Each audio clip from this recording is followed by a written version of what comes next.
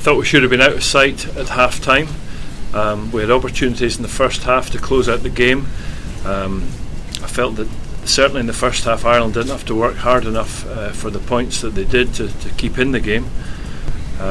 After half time it was a tale of elementary errors as far as we were concerned, which also allowed Ireland to get in the game. And of course the thing about Ireland is that they are remarkably error free in the way in which they perform. Our kick-off returns, we managed to get a hold of 2 out of 6, but it was our second half line-out where we only won 2 out of 5 that meant that we didn't have the possession to get ourselves any of the territory that we needed to be more competitive in the second half. Scrummage was a perfectly stable platform for us, but 3 free kicks were a disappointing return in the first half. I think for me, if you like, the turning point, the most disappointing moment in the second half was after 54 minutes. We finally got into Irish territory. We kind of plugged away, and let me say, I thought the attitude was outstanding of the players, the way in which they approached the game today.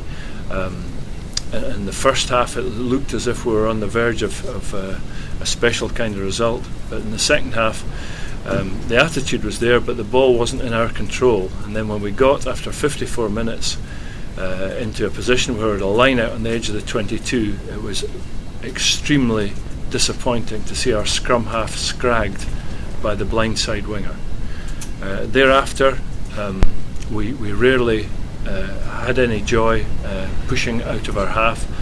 The players kicked a touch too often from inside our half instead of keeping the ball in play, and perhaps we made 1 or 2 more immature decisions than we should have done, but then again, credit to the Irish for putting us under that kind of pressure. Yeah, I think it would have given us the lead we deserved at half time, and obviously it wasn't to be, but we still felt so much in control of the game that the second half was very disappointing. But of course, if you allow Ireland into the game with a number of elementary errors, then they are certainly the side that can take advantage of that. Absolutely. I mean, we just expected more of the same, and the same kind of attitude. Now, I personally didn't think the attitude changed after half time, but the elementary errors denied us the sort of possession to do the things that we did in the first half so well. And I can't fault the attitude of the players, but you have to look at the high error count compared with Ireland and say that was absolutely critical.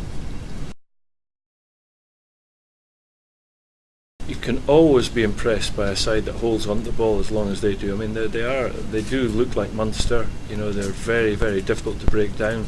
Defence was excellent, both front line and scramble. They've got some really mature key players in key positions who are consistently making good decisions under pressure, and that counts for a lot. Yeah, Mike hyperextended his back trying to tackle Peter Stringer, and we don't know what the outcome of that is, but his back's in spasm just now, so he's not able to move very well. We think that we've made some progress in a lot of the areas of the game, and now as we come to the end of the championship, we are better. We have a better understanding of what we're trying to achieve, and we'll be equally determined next week to make the sort of splash that we think we're capable of in this championship. I'm not quite sure how Stringer managed to find that space there, but that's credit to him for spotting it and taking it. The bit of separation between our lifting pod and the tail gunner was disappointing, I guess, but I need to have a closer look at it to see exactly what happened there.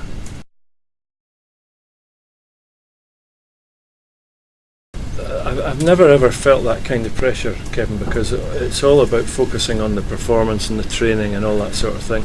But I accept the the discussion is inevitably going to be there, because that's not enough matches won.